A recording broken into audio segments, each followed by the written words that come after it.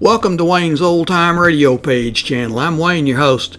These programs are brought to you by support of our listeners. You can give your support at Patreon or PayPal, either one. There's clickable links in the description below. Thanks for your support and enjoy the shows. If you'd like for me to get you a shout out, there's a link to PayPal in the description below. Leave us a donation. We'll get it up here for you. Just tell us who you want it to. You, a friend, a girlfriend, a wife, spouse, whatever. And we'll get it up here.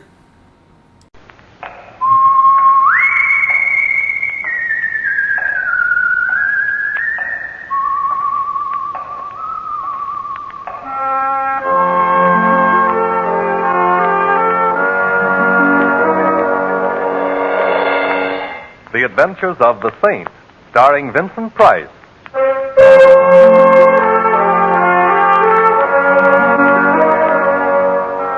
The Saint, based on characters created by Leslie Charteris and known to millions from books, magazines, and motion pictures. The Robin Hood of modern crime now comes to radio, starring Hollywood's brilliant and talented actor Vincent Price as the Saint. Taxi! Taxi! 4500 Sutter, please. It's kind of late, ain't it? Yes, it is. Comes this time of night, I figure a guy should order... 4500 Sutter, please. Mind you, I don't like to get personal, you Driver. know, but, yeah? Of all the cabs in San Francisco, most of them operated by drivers who mind their own business. Why did I have to get your cab? Well, I like... Who are you going to see at 4500? My name is Simon Templar. I'm 6'1" tall, and I have a birthmark on my right shoulder blade. My income for last year was... That's all right. Evading the question, huh? I give up. I'm going to visit a man named Clarence Quigley. Clarence Quigley? Clarence Quigley. You going to see this alleged Clarence Quigley Look, about... he's got a collection of paintings. I like to look at paintings.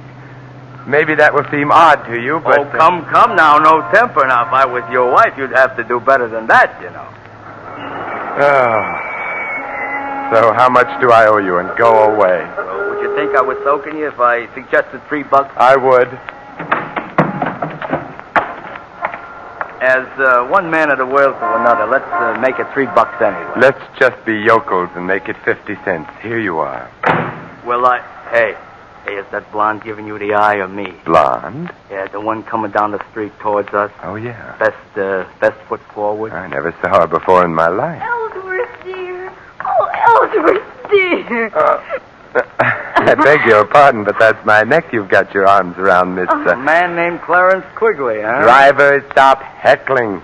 Look, miss, whatever your name is, the way you're strangling me is a pleasant way to be strangled, but... Ellsworth, dear, you sound so cold. I'm not Ellsworth, dear. I think I can honestly say I have never been Ellsworth, dear. You're not? No. Oh, I'm sorry. I thought you were. Or maybe I just hoped you were. Don't you know Ellsworth, dear, when you see him? No, I don't, I guess. But, I saw you, and then the name came to me, so I thought... who is Ellsworth? I don't know. Well, I suppose a certain amount of confusion about who or what Ellsworth is understandable, But that isn't the worst. It isn't? No, you see, not only don't I know who Ellsworth is, but Yes? I don't even know who I am.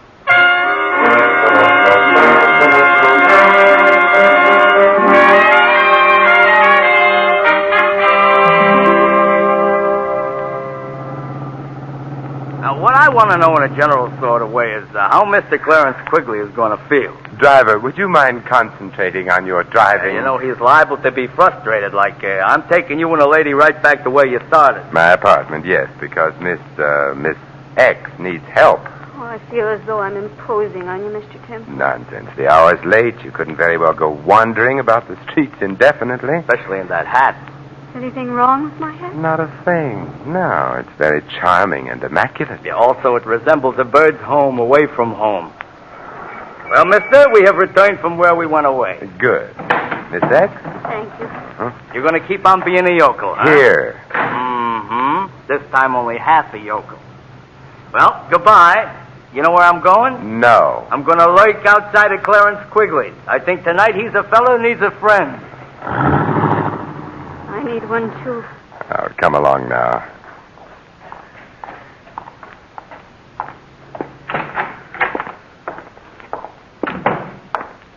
There you go. Now, take your hat off and make yourself comfortable. All right. Oh, I'm so afraid and Oh, lost. quiet now. Let's take a look at your back. Here. Mm-hmm. Usual odds and ends, and a compact. Initials. DM. DM, does that suggest anything? DM? Hmm. No. No, it doesn't. Nothing means anything. All I remember is being outside an art gallery on Sutter. Hey, you're well dressed. Compact's gold, no latchkey, which means you probably don't live alone, which could also mean you've been missed. Your phone is? Yes, the police, Missing Persons Bureau. They, hello? Oh, get me Inspector Murray, Thanks, I'll hold on. I hope maybe they know about me. Oh, What's the matter? I just touched the back of my head. It's terribly painful. Come here. Huh. Yeah, bruised the size of what I wish my bank account was. And there's the cause of your amnesia.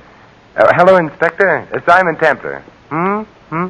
Inspector, your language is deplorable. Inspector, I'm looking for someone, a blonde. Inspector, no. No, well, maybe, but not tonight. At any rate, the girl I'm looking for is around 22 years old, blonde hair, blue eyes, height 5'3" or thereabouts, wearing a street suit, brown white blouse with ruffles at the neck and... What? Oh, you're looking for her, too. Her name's Dorothy Moore. Why do you want her? Oh, I see. Then I guess you've got priority. Goodbye. They want me Yes, so it seems. because I've been reported missing. Partially that. What else do they want me for? Murder.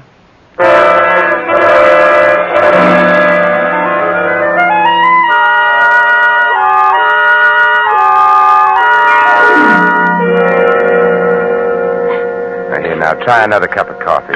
Dorothy, I guess we'll call you that unless we get evidence to the contrary. Dorothy Moore would fit the initials on your compact. What am I going to do? You stay here and wait for me. Where are you going? Well, from the information I've been able to get on the phone, your guardian, a man named Matthew Schreiber, was shot and killed earlier this evening. You disappeared. That's all the information in the public domain at the moment. I'm going to look for more. At my house? Yes. Or shouldn't you turn me over to the police? Oh, well, actually, I don't really know that you are Dorothy Moore. I'd like to know a little more about the murder itself before coming to any decision.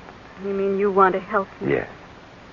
And I need help, so, because, you see, what's so terrible about it all is that I don't remember anything at all, so I can't even say I didn't murder anyone.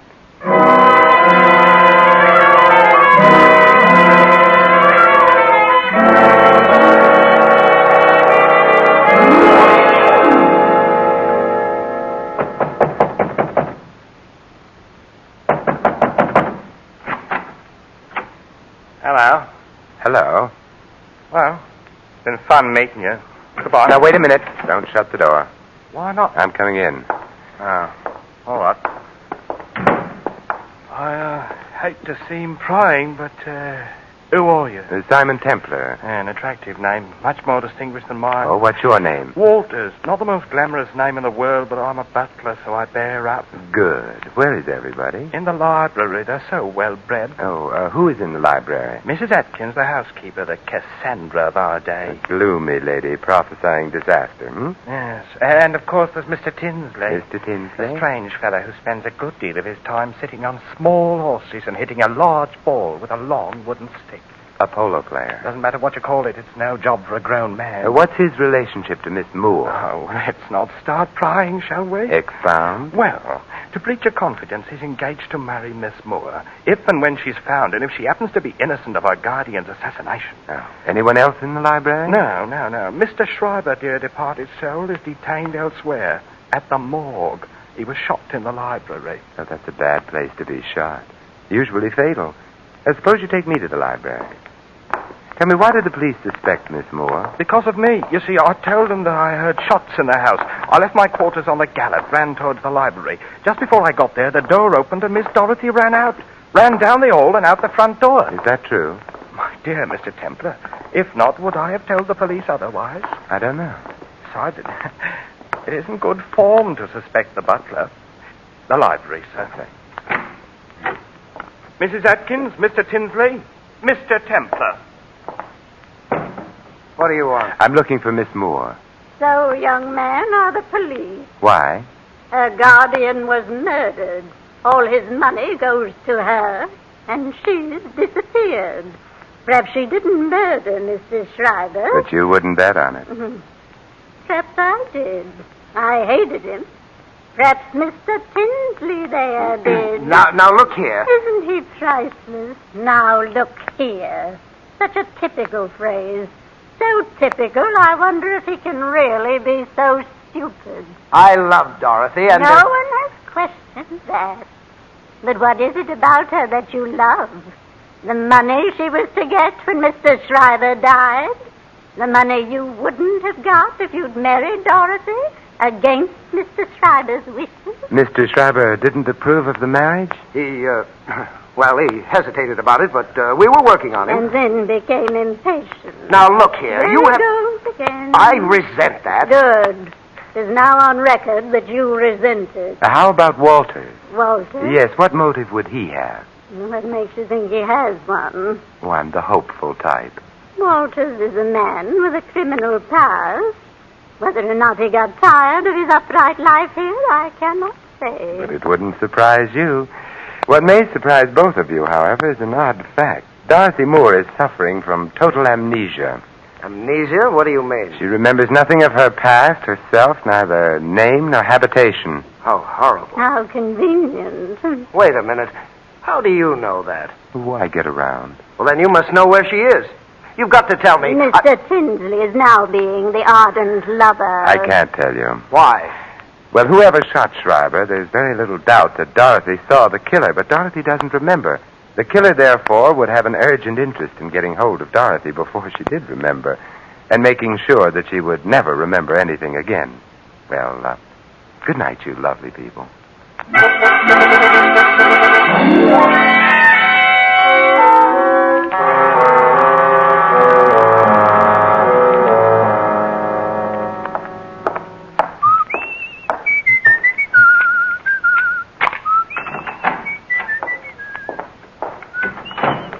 Dorothy? Dorothy? Dorothy? Dorothy!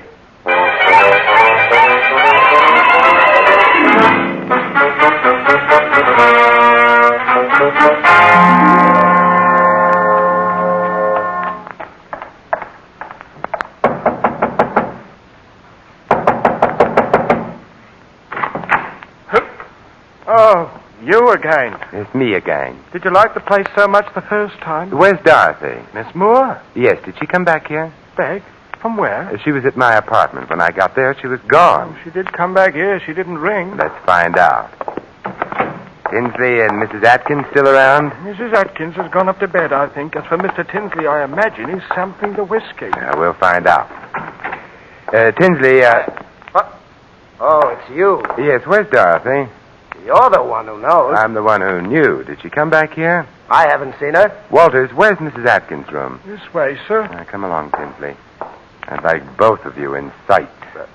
If you insist. Mrs. Atkins will not be pleased at having her sleep interrupted. I'm not pleased either.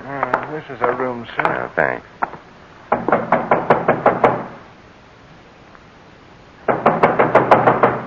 The old girl must be asleep. Then we must wake her up.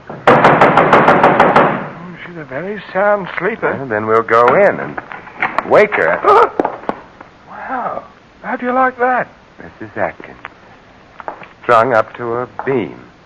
Anyone got a knife? Yes, here you are.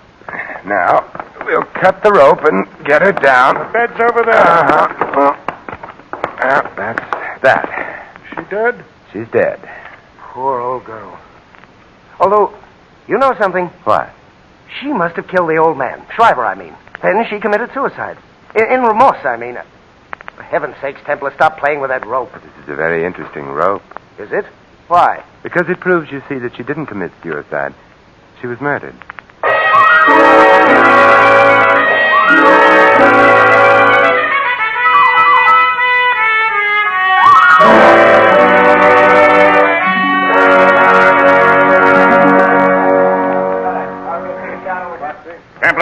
Yes, Inspector Murray. I understand you don't think that Mrs. Atkins committed suicide. I know she didn't. Well, while the boys are playing with fingerprints and stuff, would you mind explaining to a poor benighted member of the lower intellectual classes, a cop like me? Oh, Murray, now stop pulling my leg. You're one of the brainiest men I know. Then why do you always beat me to a case? Oh, I'm prettier. Uh-huh. Now, about this alleged phony suicide. Well, take a look at the rope with which Mrs. Atkins is supposed to have hanged herself. Now, let's see. The rope was thrown over the beam there. I'm afraid you're right, Templar. Yeah, it wasn't hard to spot. Her weight would have pulled the rope sharply down over the beam. The fibers of the rope, therefore, should have slanted upward. Instead of which they slant down, indicating that somebody put the rope around Mrs. Atkins' neck and then hauled her up. We were supposed to think that Mrs. Atkins committed suicide as a confession of guilt. Which leaves us where? In the Schreiber home. I'm more interested in where the girl is. Dorothy Moore? Uh-huh. Why? Because I have... Hey, Mary. Look, coming through the door. Oh, I'm not sure. Simon. Oh, hello, Dorothy. I don't know exactly how I got here, but I don't recognize the place at all. Yet I should, shouldn't I? Yes, you should, Miss Moore. Because this is where you live. But I'm afraid you're not going to stay very long. What do you mean? I'm placing you under arrest on suspicion of murder.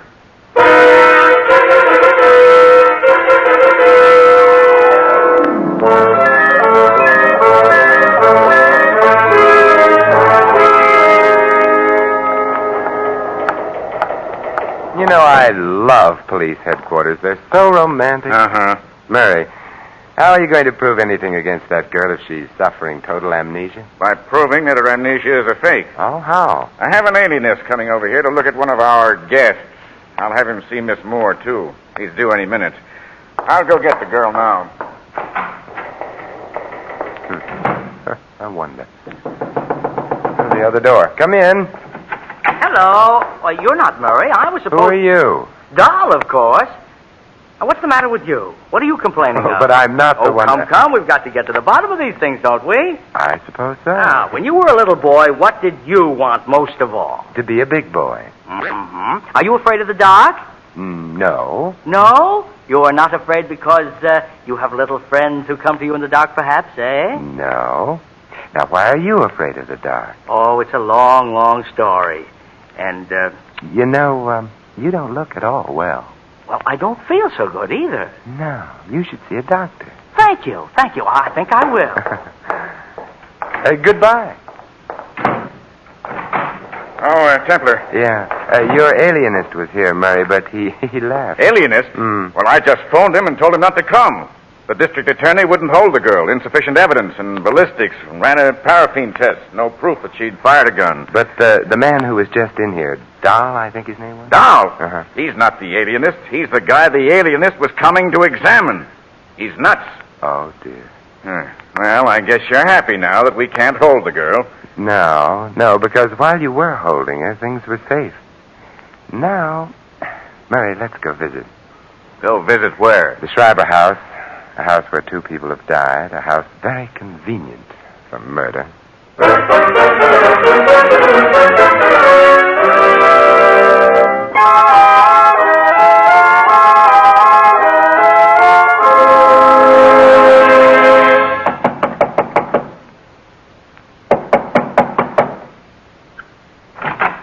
Yes? It's no Oz, Walters. We're coming in. Yes, sir. Dorothy's home? Yes, sir. She got here when? 10 minutes ago, perhaps. Well, we'll go to the library. Yes, sir. She got here 10 minutes ago, and then? She sat in this room for a few minutes, made a phone call, and went up to bed. She tried to phone you, Mr. Templar. I'll wake her up and get her down here. Hold on. Tinsley around? In the guest room, playing solitaire, I think. Get him down here, too. That I will, And sir. Walters. Yes? You come back, too. Sure. Having fun, Templar? I don't care very much for this stage of any case, but What are you doing with that telephone? hiding it under the couch here. Are you being subtle again? Again? Oh, you flatter me. Simon. Hello, Dorothy. Sorry to have had you waked, Oh, but I wasn't asleep. I was trying to remember. You will if you get the chance. Tinsley's here in the house, isn't he? Yes, he is. For heaven's sakes, is a man never to get any peace? You know Inspector Murray, Mr. Tinsley? Oh, yes. The policeman. Oh, look, now get off your polo pony and... Where's Walters? By now, on his way to Canada, I imagine. Dorothy, get on the phone right away. The phone? Yes, of course. Oh, well, there doesn't seem to be one in here. Perhaps in the next room. Why do you want me to phone? I don't. But you just said. Dorothy, didn't there used to be a phone in this room? I don't know. I don't remember. Oh, yes, your amnesia. But you remember everything that happened since the blow on your head, don't you? Well, of course. Well, then equally, of course, since you were in this room a very little while ago, and since you used a phone in here, you should have remembered that. Why didn't you? Well, I don't know. It slipped my mind. No, Dorothy, it didn't slip your mind. You were merely being over-careful. What does that mean? It means that you are not now, nor ever were, suffering from amnesia. Why should I pretend to have amnesia? Because you killed your uncle. You knew you'd need something to help you out in court, so you wandered about until you found someone on whom you could try out your amnesia. That happened to be me. You're just saying those things without proof. Besides, there was a paraffin test. It indicates merely that you wore gloves when you shot your uncle. It indicates I might have worn them. If I'd shot him, you can't prove I did. I can prove your amnesia was phony, that along with some other things. How can you prove it? Very simple. Your hat. What? When you arrived at my apartment, you took your hat off, discovered a large bruise on the back of your head. That was to supply a plausible reason for your amnesia. But, Dorothy, as I remarked to the cab driver at the time, your hat was immaculate, untouched. You're asking us to believe that the killer knocked you out and then carefully put your hat back on your head again? I'm not asking you to believe anything. I'm going. What a charming revolver. The one you used on your uncle? It still has bullets in it, so don't try to stop me. Dorothy, you didn't ask me how I could be so sure the killer hadn't done that business with your hat. I don't care. I'm so sure because of Walter's statement. Remember, he saw you rush out immediately after the shot? All right, you're smart, but you'll never stop me. Perhaps not, but Walters, who's right behind you, will. Oh, no, you can't fool me with He that. wasn't trying to, Miss Dorothy. I think I'd better... What? You're no gentleman. You knocked Miss Moore out with a bottle. Yes, sir. But you said you were going to You Canada. misunderstood me, sir. I merely said I was going to get some Canada Dry. Now the bottle's ruined. That's too bad. Oh, never mind, Walt. There's no harm done. Inspector Murray, you'll take Miss Moore, and I'll take an old-fashioned.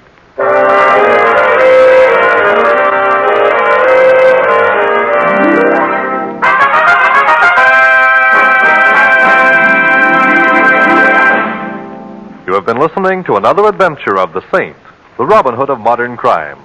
And now here is our star, Vincent Price. Ladies and gentlemen, next week most of you will be enjoying a wonderful Thanksgiving dinner. And while you're eating your Thanksgiving turkey and counting your blessings of the past year, think. Think for a moment of the millions of people who don't get enough to eat. Think, and then send your subscription right away for a food package to be delivered to some needy family in Europe. Send your contribution to CARE, C-A-R-E, New York. This is Vincent Price inviting you to join us again next week at this same time for another exciting adventure of the Saint. Good night.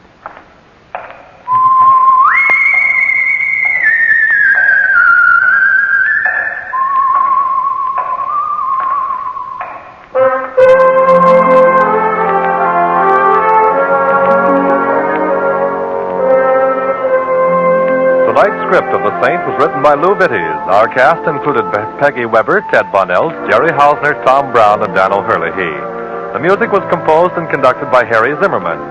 The Saint, based on characters created by Leslie Charteris, is a James L. Safier production and is directed by Thomas A. McAvity. Vincent Price is soon to be seen in Robert Lippert's production of The Baron of Arizona. All you Saint fans will be glad to know that the Saint comic books are on sale at all newsstands. Your announcer, Merrill Ross.